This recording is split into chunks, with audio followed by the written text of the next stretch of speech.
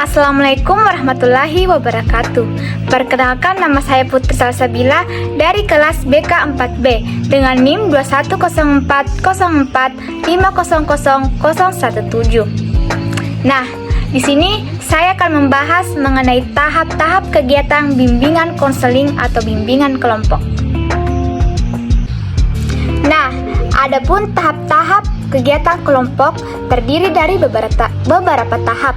Yang pertama yaitu tahap pembentukan, yang kedua yaitu tahap peralihan, yang ketiga yaitu tahap kegiatan, dan yang terakhir yaitu tahap pengakhiran. Nah, bimbingan kelompok di sekolah merupakan kegiatan pemberian informasi kepada sekelompok siswa yang bertujuan untuk membantu mereka dalam menyusun sebuah rencana dan keputusan yang tepat terhadap sebuah masalah yang dihadapinya. Atau tahap kegiatan. Nah, tahap ketiga ini merupakan inti kegiatan kelompok, maka aspek-aspek yang perlu dijadikan pengiring yang masing-masing mempunyai aspek tersendiri yang membutuhkan perhatian yang sangat seksama dari pemimpin. Pada tahap ketiga ini, hubungan antara anggota kelompok dengan pemimpin kelompok ini tumbuh dengan baik. Selain itu, pada tahap ini, kegiatan kelompok akan ditampilkan secara nyata.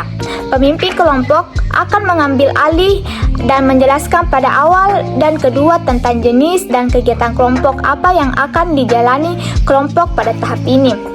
Nah, adapun kegiatan yang akan dijalankan dalam kegiatan ini terdiri dari beberapa. Yang pertama yaitu mengemukakan masalah. Nah, pada tahap ini semua kelompok diajak untuk menggunakan atau mengemukakan permasalahan apa yang dirasa cukup baik dijadikan sebagai sebuah topik. Nah, misalnya kurangnya kemampuan peserta didik untuk menjalankan tugasnya sebagai kegiatan. Kemudian yang kedua yaitu pemilihan topik.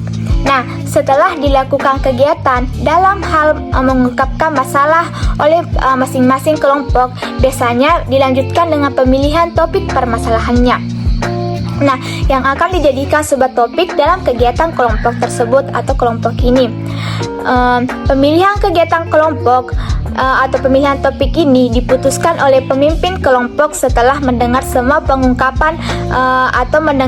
pengungkapan kelompok dari anggota itu masing-masing. Nah, misalnya dari masalah yang berkaitan dengan kurangnya kemampuan peserta didik dalam menjalankan tugasnya dalam sebuah kegiatan. Kemudian yang ketiga yaitu pembahasan topik. Nah, setelah menentukan topik yang akan dibahas, maka kegiatan selanjutnya yaitu membahas topik tersebut, yaitu yang berkaitan dengan kurangnya kemampuan peserta didik dalam menjalankan tugasnya. Nah, selanjutnya yaitu games. Setelah membahas topik, tentunya peserta didik akan merasa sedikit bosan dengan pembahasan materi yang diberikan atau yang dipaparkan. Nah, oleh karena itu, untuk memecahkan kebosanan mereka, kita perlu mengadakan games. Yang diadakan games melalui sosiodrama yang berkaitan dengan pokok pembahasan yang kita bahas atau dipaparkan tadi. Selanjutnya yaitu mengemukakan permasalahan. Nah, setelah melakukan kegiatan di atas, maka akan dikemukakan tentang masalah apa yang timbul ketika salah seorang dari anggota kelompok tidak bisa melakukan apa yang diberikan, dan disinilah semua akan dibahas mengenai apa yang menyebabkan sehingga salah satu dari anggota kelompok tidak bisa menjalankan apa yang diperintahnya. Tujuan yang hendak dicapai dalam tahap ini yaitu terbahasnya secara tuntas permasalahan yang dihadapi anggota kelompok dan terciptanya suasana untuk mengembangkan diri, baik menyangkut pengembangan kemampuan berkomunikasi maupun pendapat yang dikemukakan oleh anggota kelompok. Nah, kegiatan yang berlangsung pada tahap kegiatan ini yakni semua anggota saling bertukar pendapat atau pengalamannya masing-masing secara bebas. Nah, para anggota bersikap saling membantu, saling menerima, saling kuat menguatkan, dan saling berusaha untuk memperkuat rasa kebersamaan. Nah, pada tahap inilah kelompok benar-benar sedang mengarah pada pencapaian tujuan. Pada tahap ini, anggota mengembangkan diri, baik pengembangan kemampuan berkomunikasi maupun kemampuan sosialisasi.